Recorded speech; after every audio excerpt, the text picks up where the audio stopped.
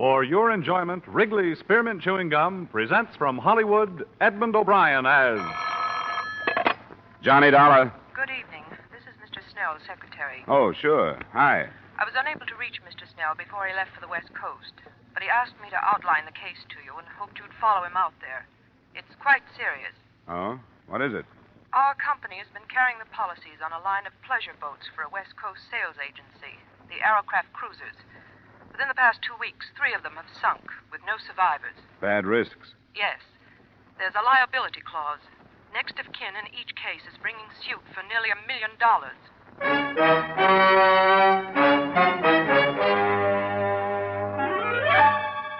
Edmund O'Brien in another adventure of the man with the action-packed expense account. America's fabulous freelance insurance investigator. Yours truly, Johnny Dollar.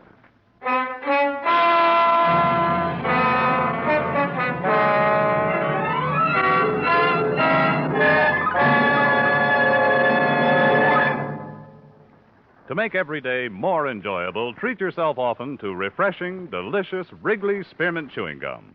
Here's a taste treat you can enjoy indoors, outdoors, at work, or at play. The cool, long-lasting mint flavor refreshes you. The smooth, steady chewing helps keep you fresh and alert. Adds enjoyment to whatever you're doing. Wrigley Spearmint Chewing Gum. Healthful, refreshing, delicious.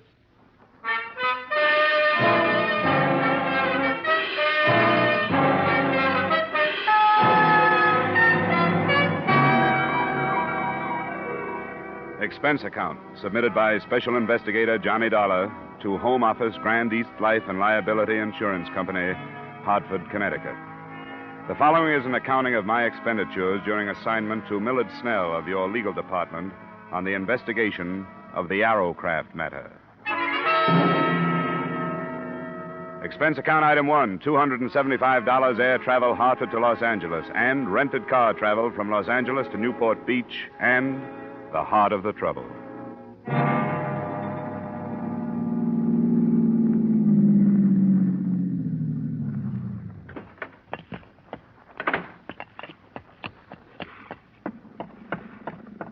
Snell?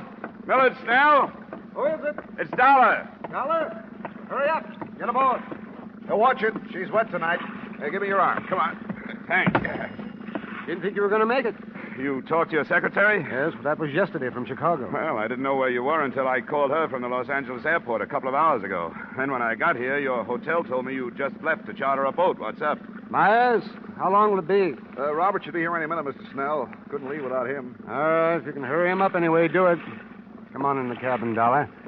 Out of this foul night air. This fog. I thought it was bad sometimes in Hartford.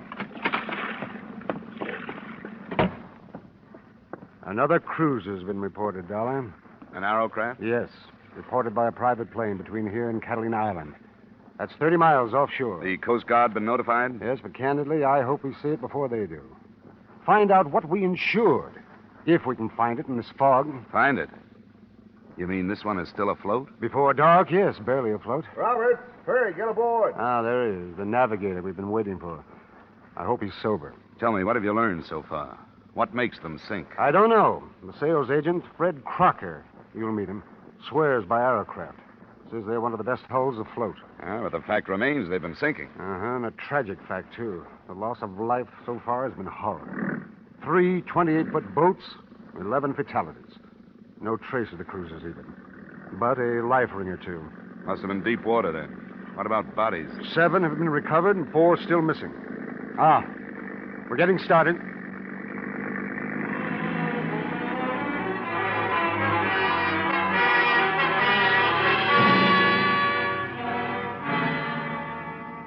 It was 10 p.m. when we left the quiet resort village, and it was dawn when we saw in the fog what we had been unable to find during a whole night of searching. The Arrowcraft, without sign of life, was almost entirely awash, bow down in the channel swell. That's close enough, Myers. Right. We don't want to nudge her. She's liable to roll over.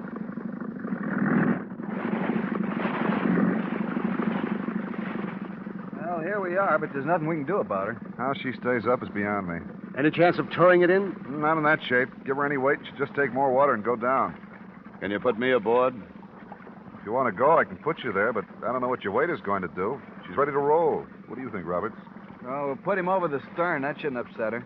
We'd better get some of those clothes off, Dollar, while we swing around. All right. You think it's worth it? You're going aboard? Worth it? I'm not going for a night like that without having a look at it. Gives me the creeps. That thing awash like that. Looks dead. Yeah, too dead. Why isn't there anyone aboard? Why isn't somebody hanging onto the side? Okay, Dollar, we'll move into it now. I'm ready.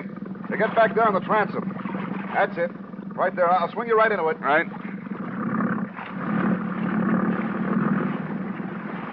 There you are. Go ahead.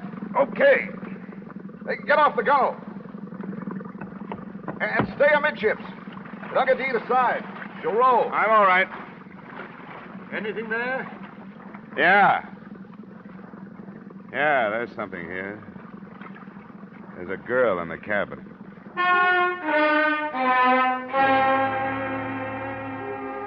Her body floated face down in the flooded cabin, held in there by the narrowness of the passageway. After an unpleasant and ticklish 15 minutes, she was lifted aboard the other boat by 3 suddenly silent men. There was little else I could do on the derelict but memorize the name and address on the certificate of ownership. So I left it and followed the girl. Yeah, I didn't bargain for this, Dollar. It doesn't bother me to read about 11 of them, but this girl, why, she can't be over 18. Yeah, I noticed. You know, if it was a guy, it wouldn't hit so hard. But a kid like this, beautiful. Myers, Yes, sir? have you radioed in about this? I waited to find out whether you want to stand by the boat or not. No. We'll start right back. Get word to the police. Ask them to meet us. I think it's a case for them. The boat's registered to a Chester McNeil, Newport Beach address. McNeil, Newport Beach address. McNeil, yes, all right. You want to get us started, Roberts? Right. What'd you find, Dollar? Come here, look at this. See? Behind her ear. You see the bruise? Yeah. Yeah, I noticed it when I was getting her out of the cabin. She'd been slugged? She could have been. There's long black hair. You see here? The water's ruined most of it, but there's still part of a braid. It could have been a hard blow, one that might have killed a man, but her braid might have softened it. I'm looking for an answer to why she was on that boat, alone and dead.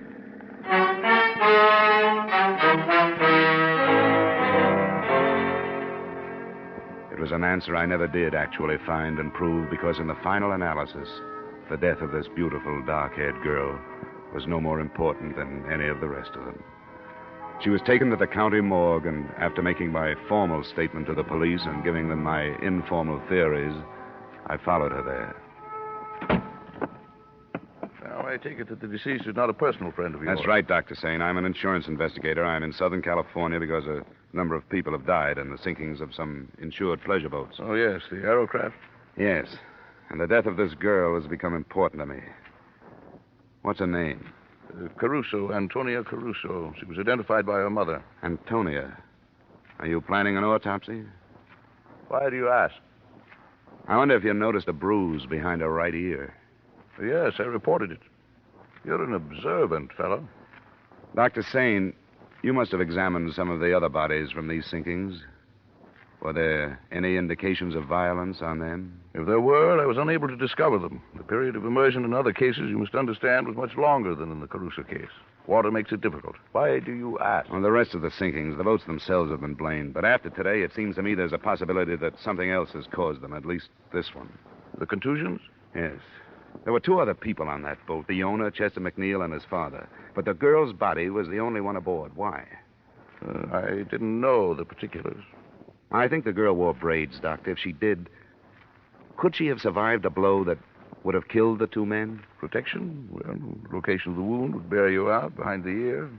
Could she have been knocked unconscious, been thrown overboard, and then recovered enough to get back on? Could this have happened to the girl?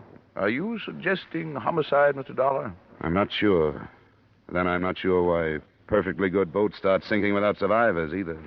They have to make autopsy examination to determine the degree of concussion. Well, that's why I asked. Are you going to perform one? In the state of California, Mr. Dollar, except in cases of unquestionable criminal acts, autopsy is allowed upon only permission of the next of kin. Now, this contusion, well, it could have been sustained so many ways. Yes, I know. Matter of fact, arrangements have already been made to move the body to a private establishment. Oh. Could you give me her mother's address? Why, yes, I suppose so. But I'd be doing no more than saving you a search of the phone book.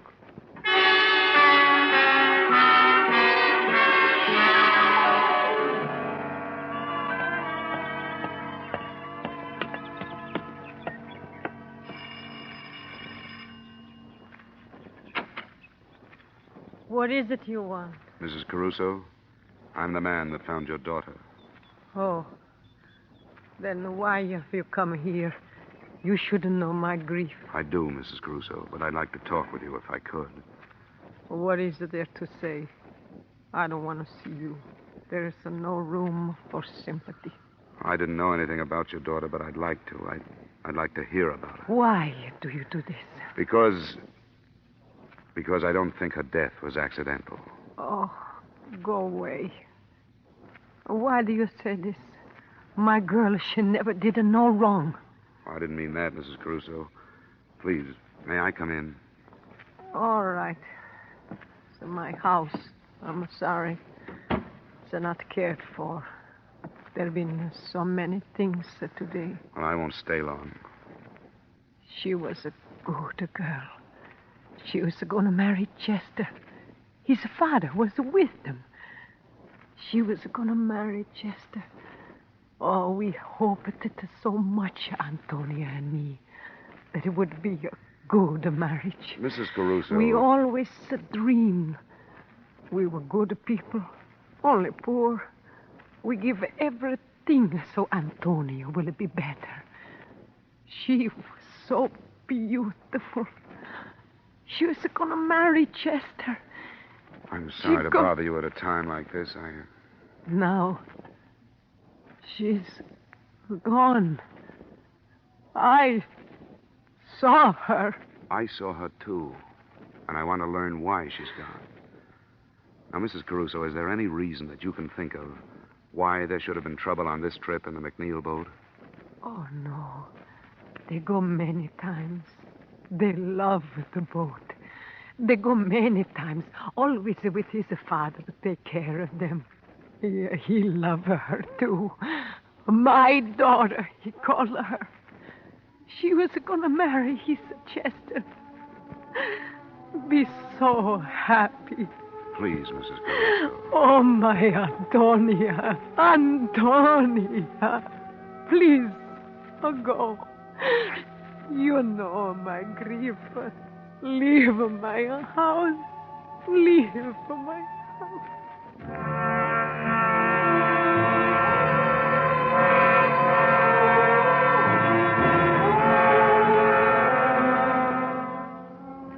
I left her house and drove back to Millard Snell's hotel. It was 7 p.m., and I hoped we could get to Crocker, the West Coast agent for Arrowcraft, before the night was out. But I found Snell white-faced when I opened the door and too anxious to show me the front page of the evening paper. I didn't know where to find you, Dollar. For what? And you haven't heard. Fred Crocker, the Arrowcraft agent.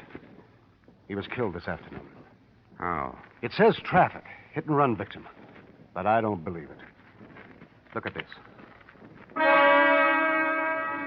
Violence in another form preceded the tragedy, the story said. Crocker's sales office was entered earlier today in a bold daylight strike. The interior was wrecked, but whether or not the entry was for purposes of theft has not been ascertained. The writer didn't make any definite statements, but reading between the lines, you knew that he was exploring the possibility that revenge was at the bottom of both the violence and the tragedy, that those who had lost family or friends in the Arrowcraft sinkings had wrecked Crocker's office and then killed him. But remembering the bruise behind the Caruso girl's ear, I didn't believe that either.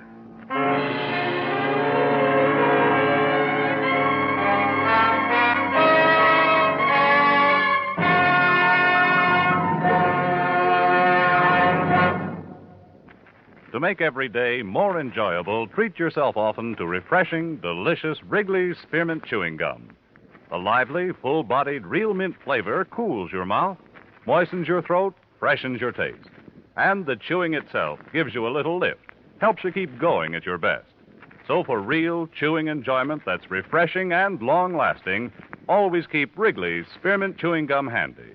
Healthful, delicious, Wrigley's Spearmint Gum will make every day more enjoyable. And now, with our star, Edmund O'Brien, we return you to the second act of Yours Truly, Johnny Dollar.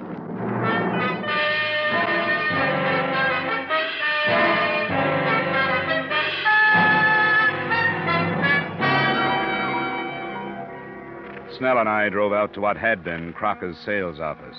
A sheriff's deputy met us outside and took us in.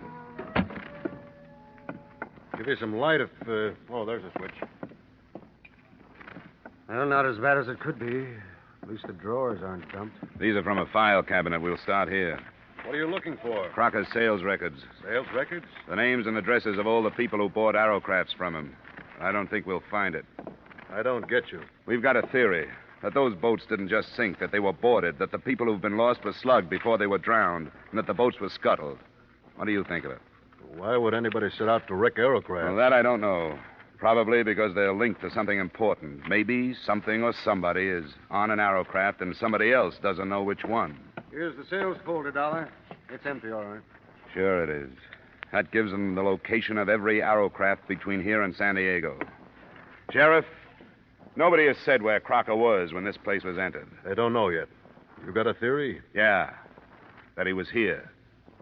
Yeah, that after the list of names and addresses was taken, he was dragged out of here and killed with a car for the same reason the others have been killed.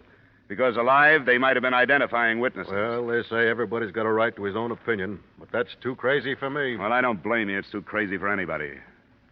Maybe so crazy it'll never be cleared up.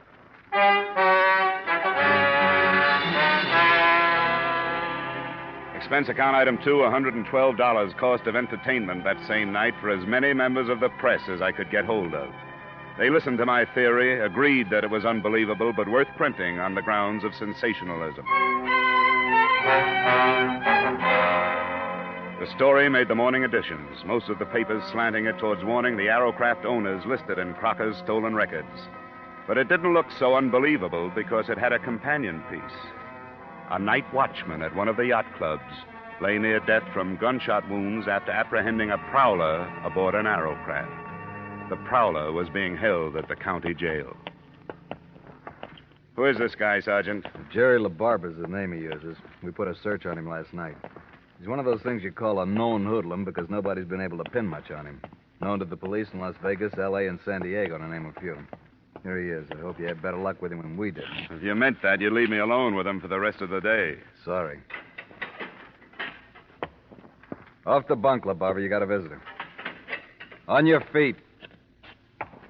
Stand up. Okay, hero, you got me up. What's the matter with you? What's missing, LaBarber? What? What's lost? What were you looking for on the Arrowcraft? Come on, who are you working for? I'm out of work. Why don't you save your breath? How many of the other killings were you mixed up in? What are the killings? I get into a scrape with an eager night watchman, and now you talk about pinning other killings on me. What is this? Who are you working for? I'm out of work. You could do yourself some good, you know. I'm not complaining, am I? You were off to a pretty good start. Even if that watchman lives, you're going to be tried for assault with intent to kill. That's a long rap. You might make it shorter by using your head. Is that a promise? Don't make me laugh. You're a sucker, LaBarber. But this is a promise. I'm going to see you charged for Crocker's murder. Who's Crocker? And I'm going into the business of searching Arrowcrafts myself. Don't be stupid. Why not put the blame where it belongs? Blame for what? Okay, Sergeant, I've had enough. So have I. I wonder how long it takes to get that way. And for what? I could buy and sell you, you cheap tin star. Well, what do you think? He's covering for somebody, isn't he? Hank, you're right. You shouldn't have tipped your hand so much about searching the boats. Word's going to get out. Out of a jail cell? He called for a lawyer, one of the hot men from L.A.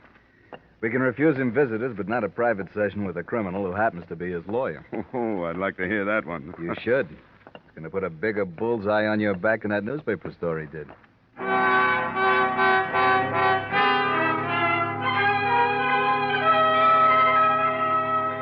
There was no trouble that day and no progress. We had time to contact 2 Arrowcraft owners that afternoon and went aboard their boats. Nothing came of it but a feeling of frustration because we didn't know what we were looking for, how large or small it was, whether to empty fire extinguishers or breaking open batteries. That night the news broke that the night watchman had died of his wounds. Snell and I made an attempt at eating dinner and took a bottle of cognac to my room to see what it could do. The phone call came at 9:30. Hello? Hello? Well, this is Dollar speaking. Who's this?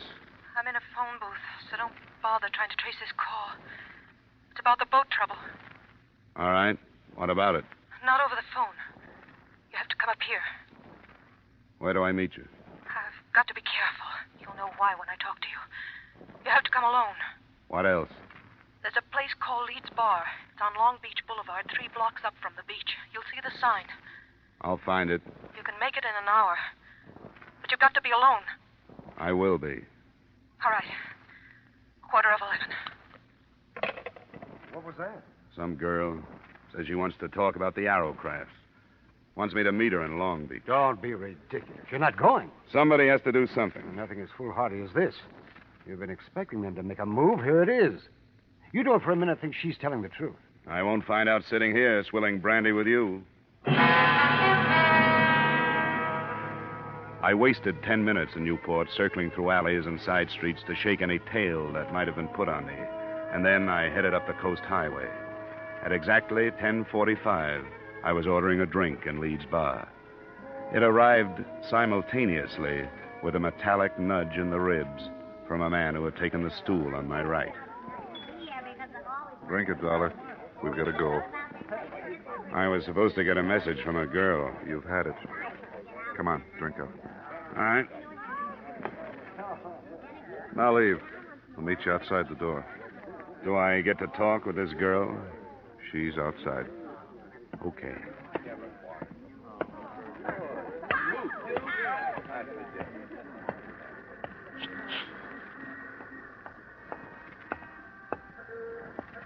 This way. Here's a car. No, you get in the front with her. I'll get in back.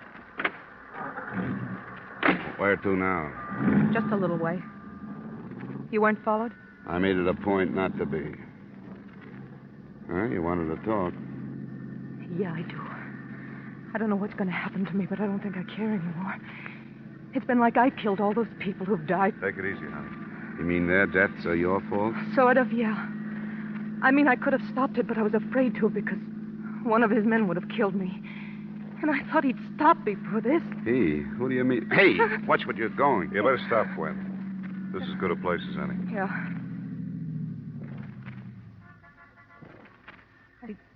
I didn't go to the police because I have a record. And he's so powerful, he could have made it look like blackmail and it wouldn't have gone any farther. Who is so powerful? George Masterson. George Masterson? Who's he? He seems like a businessman. He owns a line of furniture stores. I've known him for 3 years.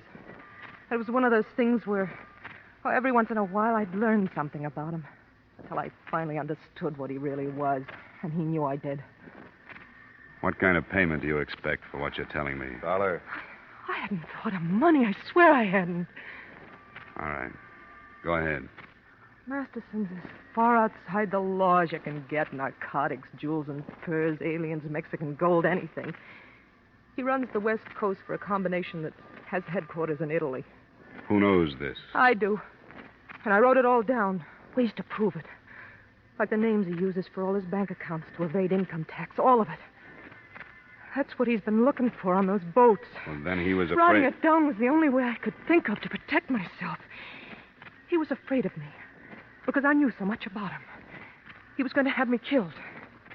We were in Mexico when I told him, Ensenada. When he didn't believe me, I showed him a copy. I told him I'd hidden the original on a boat I'd visited, and that if he killed me, I had a way of letting the police know which one. Which one is it? I was lying to him. I didn't put it on a boat. I was lying. Arrowcraft was only a name I remembered. When he asked me, I said Arrowcraft. You mean there's nothing on those boats and 16 people have died? I know. I know I was wrong. I should have. Oh, but when you're scared, you only think of yourself. Don't, Gwen, honey. You'll be all right. This paper you say you wrote, where is it? I have it here. I want you to take it. Now, get out, Dolly. I want to take her home.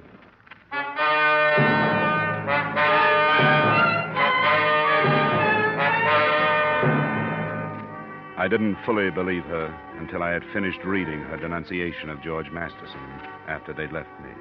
But by the end of it, I knew that in my hands was the hottest document in California. I knew that hundreds of rotten lives could be crumbled and millions of dollars in criminal traffic could be stopped. And it did away with the possibility of any suit against Arrowcraft or your company. But it wasn't enough. I should have gone to the authorities with it then. Instead, I took a room for the night and mailed it to the FBI in the morning. Then I went after Masterson. I found him in a plush office in one of his furniture stores. Here. Just a moment, sir. You can't go in there. Miss Masterson. What's the meaning of this? You're announced before you get in here. Not this morning, Masterson. I'm sorry, sir. Get somebody to throw this man out. What's the matter with you? Who are you? Johnny Dollar, working on the Arrowcraft sinkings. Gwen Thomas. I've read her statement. I don't know what you're talking about. About 16 deaths. The FBI can have you for the rest. But I want you for those 16 deaths. Get away from me. Get away from you! Stay away from me. Get up! Listen to me.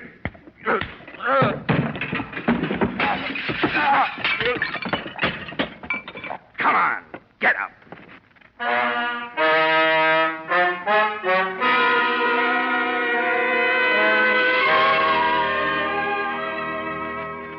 As far as I was concerned, that was it. The girl was placed under protective custody by the FBI and the district attorney, who had worked out 75 counts on Masterson's indictment before I left. It's too bad that all of the next of kin of the 16 dead can't sit in the jury box. Expense account item 3, same as item 1. Expense account total, $940.20. Yours truly, Johnny Dollar.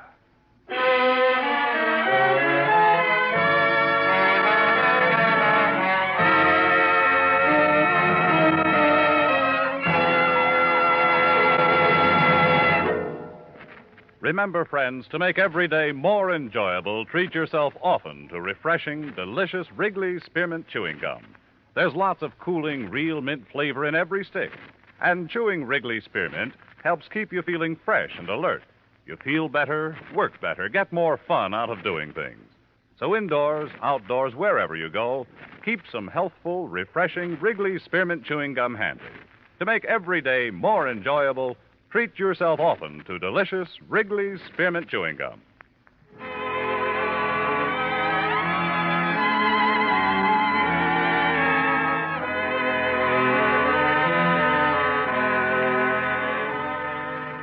Yours truly, Johnny Dollar, stars Edmund O'Brien in the title role and is written by Gil Dowd and David Ellis, with music composed and conducted by Leith Stevens. Edmund O'Brien can soon be seen starring in the Columbia Pictures production 711 Ocean Drive. Featured in tonight's cast were Gene Bates, Howard McNear, Clayton Post, Harry Bartell, Hy Averback, John McIntyre, and Jeanette Nolan.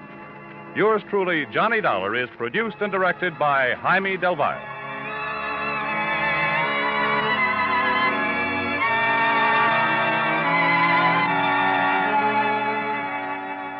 The makers of Wrigley Spearmint Chewing Gum invite you to join us next week at this same time when, from Hollywood, Edmund O'Brien returns in another adventure of Yours truly, Johnny Dollar.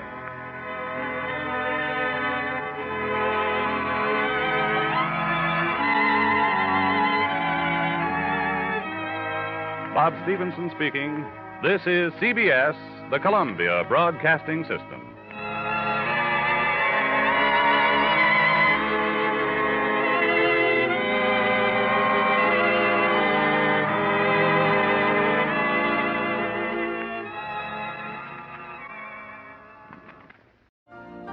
You've been listening to the OTR Gold Network.